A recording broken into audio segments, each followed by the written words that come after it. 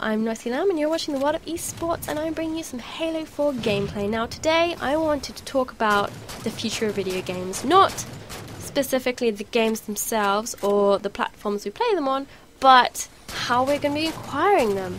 I don't know if it's a worldwide thing, but definitely here in the UK a lot of stores have been going into administration and high streets are just becoming empty husks of empty buildings and just shells of the former selves. So it's kind of sad and bleak sounding, but I have an adverse opinion on it. I don't really mind that stores are closing down, like Game Station, and most recently HMV and Blockbuster.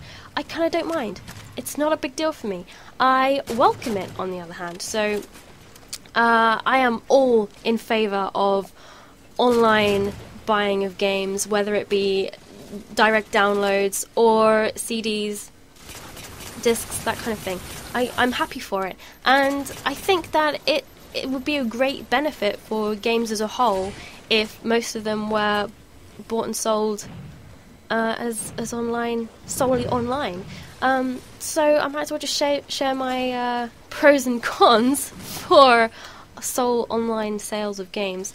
So first off, it's cheaper. You can't be denied that buying games online is cheaper. If it's a download, it is going to be much cheaper anyway, because there's no production costs. They don't have to print covers, they don't have to burn CDs, they don't have to make plastic cases. There's none of that. It's just a download. So the game has to be cheaper. Also, you can get it immediately. That's the thing I love. I don't like waiting around for games. You know, all you have to wait for is your download time. You know, if you've got crappy internet, then that's where you need to be. All the money you've saved on video games from buying online, you need to put that into getting a better internet service so you can download them faster. I think that's where the benefit will come in. And that's brilliant, having the game immediately. You know you want it, you want to play it now, you got it. Done.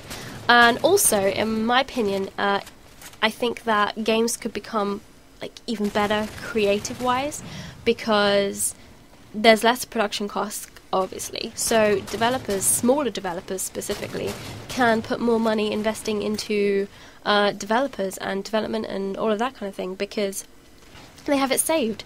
And I think that is why we have seen such a rise of indie games recently, because more people out there can be like, oh, making games is actually affordable now if I sell them online.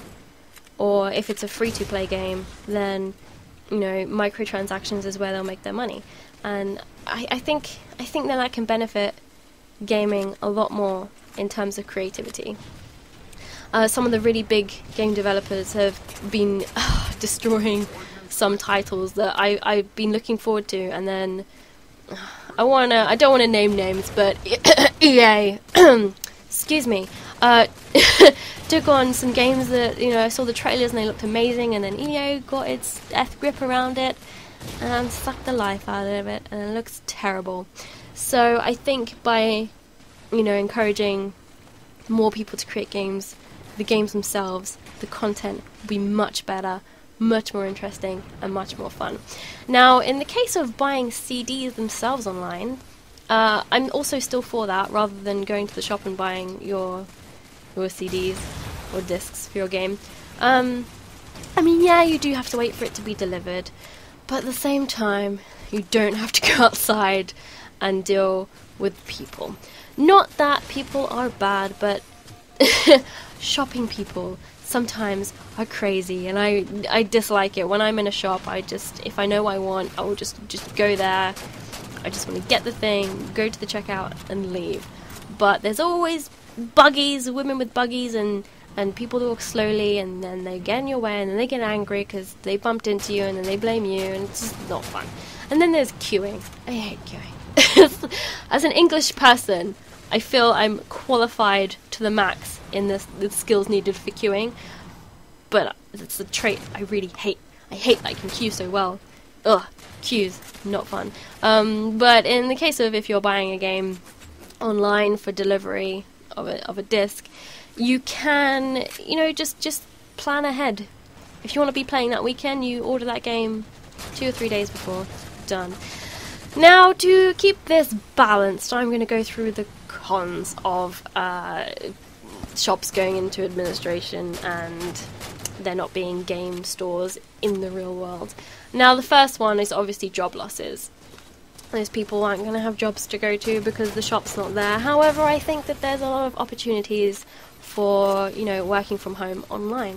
It can be done. It just needs to work itself out. It just needs to get there. And there's also the con that, some people really enjoy that shopping experience.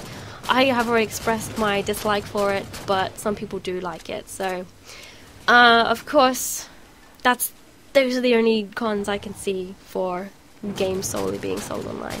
But I do have a bias, so if any of you do have an opposing opinion that it delves more deeply into the other side of things than I have gone into, then please share your thoughts and opinions. That would be fantastic.